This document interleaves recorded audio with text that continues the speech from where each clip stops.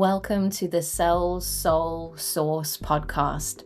This is for service-based women who are unavailable for burnout, ready to consistently sell their life's work and create more money in a business that supports your body, your family, and your divine purpose. I'm an Akashic Records mentor, and I help you serve from capacity and sell from your sovereignty by rewriting what your body believes about power, receiving, money, and being seen, so you can become a prosperous woman, rich in time, energy, magic, and money. I'm going to start us off this week by painting a little bit of a picture of what burnout looked like for me on a daily basis.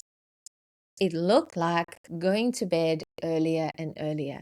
You know those reels that are going around Instagram where people are so tired they're sliding down the sofa?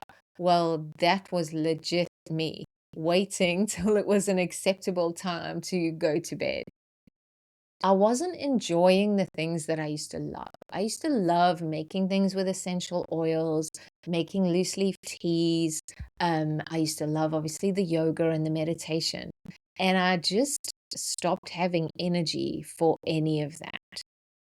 Things like socializing and seeing parents became more of a chore and an obligation and a duty than anything I was looking forward to.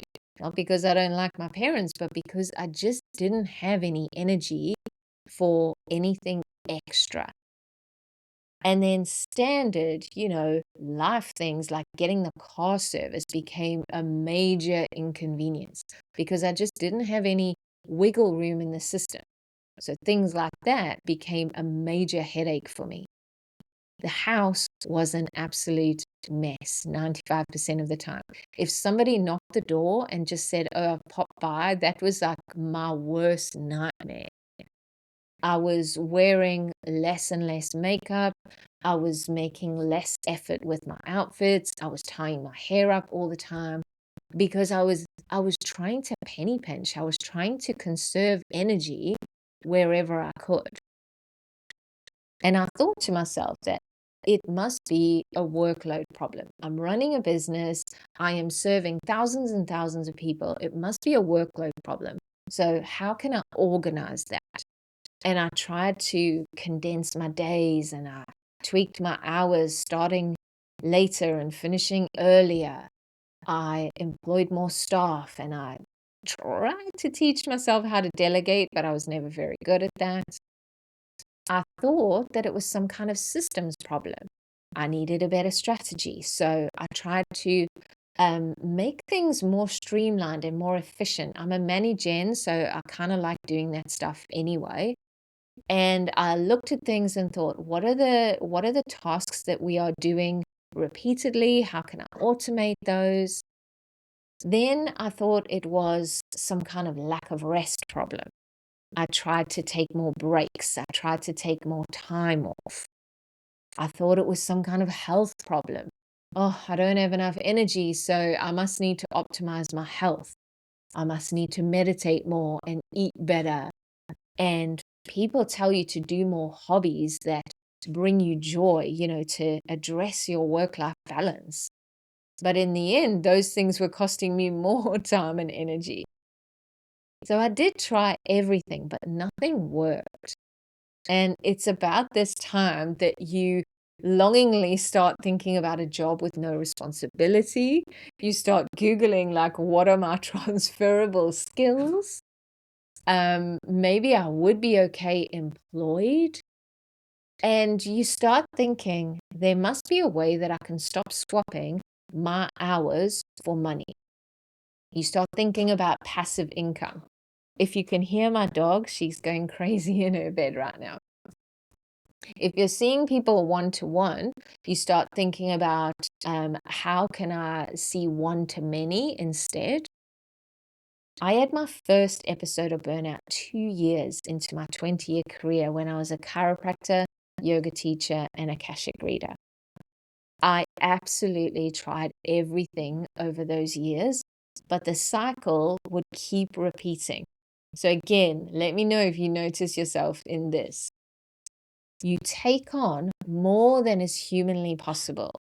Even as you're saying yes to somebody, in your head, you're thinking, I have no idea how I'm going to deliver on this. You push yourself till you physically cannot go any further. And then you finally relent, you allow yourself some kind of break. And in the space of that break, you realize, wow, I really was pushing myself too hard. And you swear down, you will never do that to yourself again. You will never push yourself that hard again. And then you go back to work and you repeat the entire cycle again because it's a survival loop. And that's how I know the standard advice doesn't work. It doesn't work long term, and it doesn't work especially when you want to expand outside your current constraints. So if you want to expand your income, you want to grow your impact past your current constraints, that standard advice doesn't work because optimizing, organizing, and strategizing are like rearranging deck chairs on the Titanic. You are still sinking, you're just doing it with a prettier planner. You can't organize your way out of a survival loop. You can't optimize your way out of something that your body believes is true on a cellular level. You can't strategize your way out of a pattern of sacrificing yourself. Standard advice treats the symptom. It treats the workload. It treats the burnout. It treats your systems. It treats the lack of rest. But it never touches the belief at the origin of the entire loop. Why your body believes you need to sacrifice yourself in any way. So you try these things and you'll optimize and it'll feel better for a week or a month, but inevitably you end up back in the loop.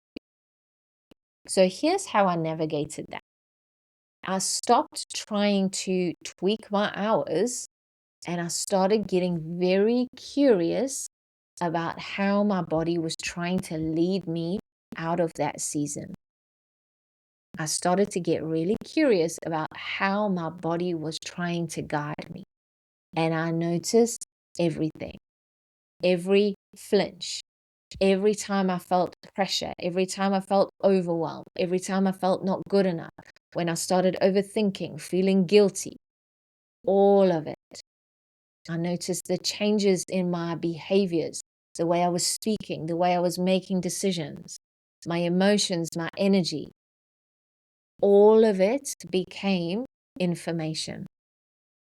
And my energy bodies showed me the beliefs that were running in the background on repeat. I have to sacrifice myself, my wants, my needs, my desires, my comfort in the service of others. If I'm not sacrificing myself, then I must be selfish. My entire self-concept, identity, sense of self was only safe. I only felt secure when I was being needed by someone else. So of course I burned out. My body was literally running a survival loop that required my self-abandonment. My whole business was built on it. So I rewrote that in the Akashic Records. And not as an intellectual exercise, not as oh, that's interesting, that's nice to know. But finding and rewriting the origin of the belief that started the entire loop.